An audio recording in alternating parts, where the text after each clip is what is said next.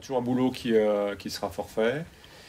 Et puis Joseph Ndukidi aussi, qui a fait un mauvais geste au niveau du genou. Bon, c'est pas très méchant, mais il sera forfait ce week-end. Il ne sera pas dans le opérationnel. Ismaël Traoré a repris l'entraînement collectif, lui, cette semaine. C'est un match qu'ils avaient bien maîtrisé au début. Et puis après, évidemment, le fait de jeu et l'expulsion a fait tourner le match. À 10 contre 11, c'est toujours délicat. Déjà, jouer à Rodez, c'est pas facile, mais à 10 contre 11, c'est délicat. Après, une défaite à 10 contre 11, ça arrive assez régulièrement. Je pense que si c'était resté à 11, ils n'auraient pas perdu.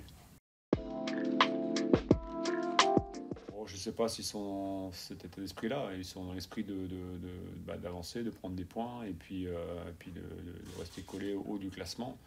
Ils sont en course pour jouer la montée, comme nous. Évidemment qu'on est concentré par rapport à ça. On sait que les points, c'est plus difficile à rattraper, évidemment, quand il reste 8 matchs ou 7 matchs après cette journée que quand on est au mois de septembre-octobre. Donc, il ne faut pas avoir d'écart. On a réussi, nous, de notre côté, à se rapprocher un petit peu avec la défaite d'un côté de Dunkerque et de Lorient. Aujourd'hui, c'est un peu ça l'histoire de cette journée. C'est que s'il y a des écarts qui se creusent, ça devient plus compliqué à les rattraper. Aujourd'hui, ils maîtrisent les deux, puisqu'ils arrivent à aller en demi-finale de la Coupe de France en éliminant 3 équipes de Ligue 1, dont 2 qui ont fait la Ligue des Champions quand même cette saison. Donc c'est quand même une performance incroyable. Et puis associer à ça des résultats en championnat, même si à côté de ça, il y avait des matchs de coupe. Même dans la rotation de l'effectif, il a fait tourner ses joueurs aussi pour les matchs de coupe. Donc pour l'instant, la gestion, elle est parfaite de ce côté-là. Et ils sont en demi-finale de la Coupe et ils jouent la montée en Ligue 1. Donc pour l'instant, il n'y a pas grand-chose à redire par rapport à ça. Et c'est ce que je disais avant de commencer la Coupe de France cette année en parcours, c'est qu'on peut associer des performances en championnat et en Coupe. Et c'est ce que Dunkerque nous montre. Oui, c'est un des meilleurs joueurs du championnat, Bardelli. Donc qu'il ne soit pas là, c'est mieux. Après, encore une fois, c'est une équipe et un effectif et un club qui travaillent très très bien, qui ont fait aussi le maximum au mois de janvier pour consolider leur équipe avec des joueurs qui sont arrivés pour compléter un petit peu peut-être une équipe qui était un petit peu courte au début de saison. Donc celui qui jouera à sa place ou ceux qui joueront à leur place, c'est des joueurs de qualité aussi, on les connaît. La preuve, c'est que certains ont joué beaucoup de matchs en coupe. C'est pas forcément toujours l'équipe type qui joue en coupe et ils ont réussi à passer sur des stades de Ligue 1 parce que c'était en plus 3 matchs à l'extérieur, je rappelle.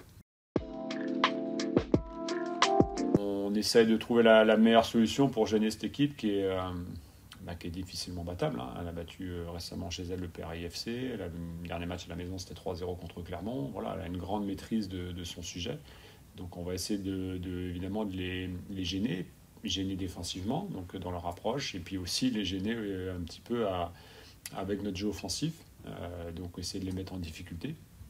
Mais on sait que ça va être évidemment très délicat.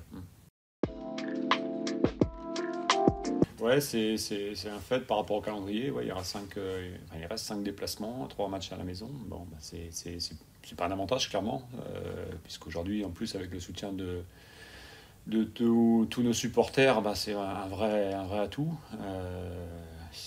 On va faire sûrement 3 matchs à plus de 20 000 ou 20 000 à peu près. Donc on aurait préféré qu'il y en ait un 4e, voire un 5e. Mais bon, c'est comme ça. Je pense que nos supporters vont aussi se déplacer si les matchs sont déterminants. Donc on espère qu'on aura cette énergie supplémentaire sur les derniers matchs, notamment à l'extérieur.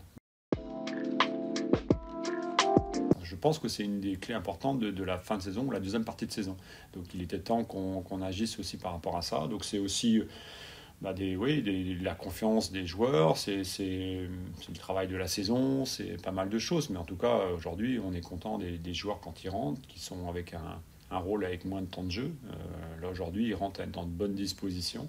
C'est ça le plus important. Mais ceux qui sortent sont aussi dans de bonnes dispositions. Donc il faut entretenir ça jusqu'au bout. Parce que Joël, il fait partie évidemment de ceux-là. Il comprend qu'il a un rôle très important. Aujourd'hui, on atteint les matchs au bout de 60-70 minutes. Et après, ça peut être, entre guillemets, à lui de jouer. Et aujourd'hui, il est rentré dans ce chemin. Mais bon, après, il pourra aussi débuter s'il y a des soucis devant ou si je décide autrement. Mais c'est un joueur qui rentre bien. Ça ne s'invente pas. Je pense qu'il y a des joueurs, même dans des histoires de club, des joueurs qui rentrent bien dans les matchs et d'autres qui sont plus en difficulté. Et c'est aussi une qualité de bien gérer son effectif, et en tout cas en amont dans la saison, pour avoir des joueurs comme ça. Et moi, je suis content aujourd'hui d'avoir notamment les derniers, Morgan, Bokele aussi, qui rentre bien dans les matchs. Papa a montré la semaine dernière, alors que ce n'était pas son point fort, mais qu'il était bien rentré dans le match aussi. Joël. Bon, voilà, c'est un réel atout en tout cas. Oui, oui, on discute beaucoup avec Gauthier en fonction des rencontres qu'on va jouer, de l'utilisation, de son impact. Nous, évidemment, l'intérêt pour un joueur comme ça, c'est qu'il soit voilà, qu'il ait beaucoup d'impact, comme vous dites, dans les 25-30 derniers mètres, parce que c'est un joueur offensif, créatif. Donc après, son utilisation dépend ça peut être de l'adversaire, ça peut être de nos forces aussi. Bon, là, on avait Ablaye Jallo qui était en difficulté qui était absent, qui ne jouait pas, qui était blessé. Bon, il y a plusieurs possibilités avec Gauthier. Il reste assez polyvalent dans un secteur offensif, même s'il faut lui laisser une part de liberté dans son jeu, mais qui ne doit pas être au détriment évidemment de notre travail de position de l'équipe. Donc c'est pour ça qu'il faut qu'il intègre ça. On ne peut pas faire n'importe quoi, mais il intègre très bien. C'est quelqu'un qui a toujours qui a besoin de savoir ce qu'on veut faire, quelle stratégie, qui est toujours avec qui a envie de se nourrir un petit peu d'échanges, de discussions. Voilà, on est assez ouvert là-dessus pour le ressenti aussi du joueur, pour essayer de faire en sorte que lui soit au mieux, mais que l'équipe soit au mieux. Voilà, même s'il n'est pas, la semaine dernière, sur les 5 buts, il n'est pas directement dans les stats que vous notez ou que d'autres personnes notent avec des buts ou des passes. Mais moi, c'est pas ça le plus important. C'est est-ce qu'il est déterminant sur les actions qui amènent les buts. Si le geste le plus difficile, le plus important, il est l'avant-dernière passe, et ben pour moi, c'est ça pour moi, qui est Gauthier, qui est important. Donc, faut gérer avec ça, parce que comme tous les joueurs offensifs, il aime bien aussi avoir des buts, avoir des passes. Bon, là, aujourd'hui, c'est quand même un bon rendu de ce qu'il fait dans la saison.